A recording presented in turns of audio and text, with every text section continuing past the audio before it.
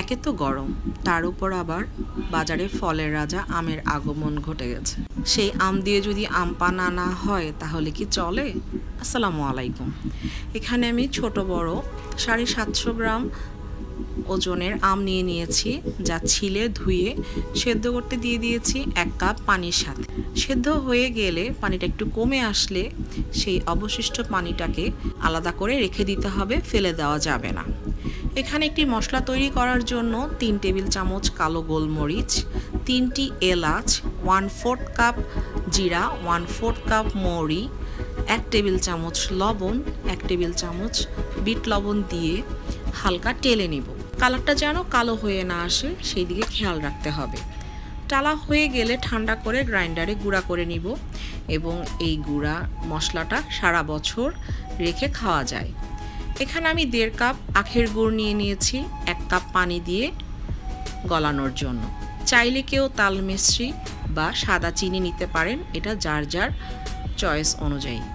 এখানে আমি সেদ্ধ করা আমগুলো থেকে পাল্প বের করে নিব, অবশ্যই আঁশিটা ফেলে দিতে হবে।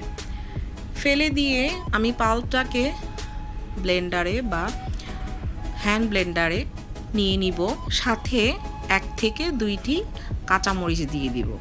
যেই পানিটা অবশিষ্ট রেখে দিয়েছিলাম অবশ্যই সেই পানিটা এর মধ্যে অ্যাড করতে হবে। আমি এখানে 1টি কাঁচামরিচই দিয়েছি। এখানে আমি চাট মশলা দিচ্ছি 1 চা চামচ দিয়ে সব কিছুকে খুব ভালোভাবে ব্লেন্ড করে নিব।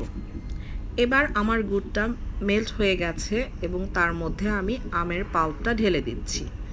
ঢেলে দেওয়ার পর আমি 3 থেকে 4 মিনিট রান্না করে নিব, গুড় ও আমের পাল্প যেন একসাথে মিলেমিশে যায়। খুব ভালোভাবে সব কিছু মিশে গেলে এখানে আমি 3 টেবিল চামচ লেবুর রস দিয়ে দিচ্ছি, যা আমি সারা বছর ফ্রিজে স্টোর করতে পারবো। এই লেবুর রসটা আমাকে ভালো রাখার জন্য সাহায্য করবে। অন্যদিকে আমার সব কিছু রেডি। আমি এখানে 1/4 কাপ করে এক গ্লাসে আমের পাল্প নিয়ে নিচ্ছি, যা আমি গুড় দিয়ে তৈরি করে নিয়েছি। এবার পরিমাণ মতন ঠান্ডা পানি দিয়ে দিচ্ছি এবং অবশ্যই বরফ দিতে হবে।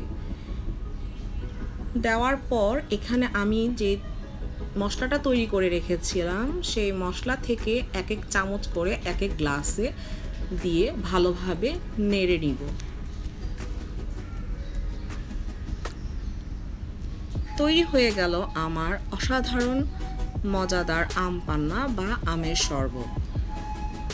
এই আমের পেস্টটা বা পাল্পটা আমরা সারা বছর রেখে খেতে পারবো, সেটা ডিপ ফ্রিজে হোক বা নর্মাল ফ্রিজে হোক, যে কোনোভাবে আমরা স্টোর করে রাখতে পারবো।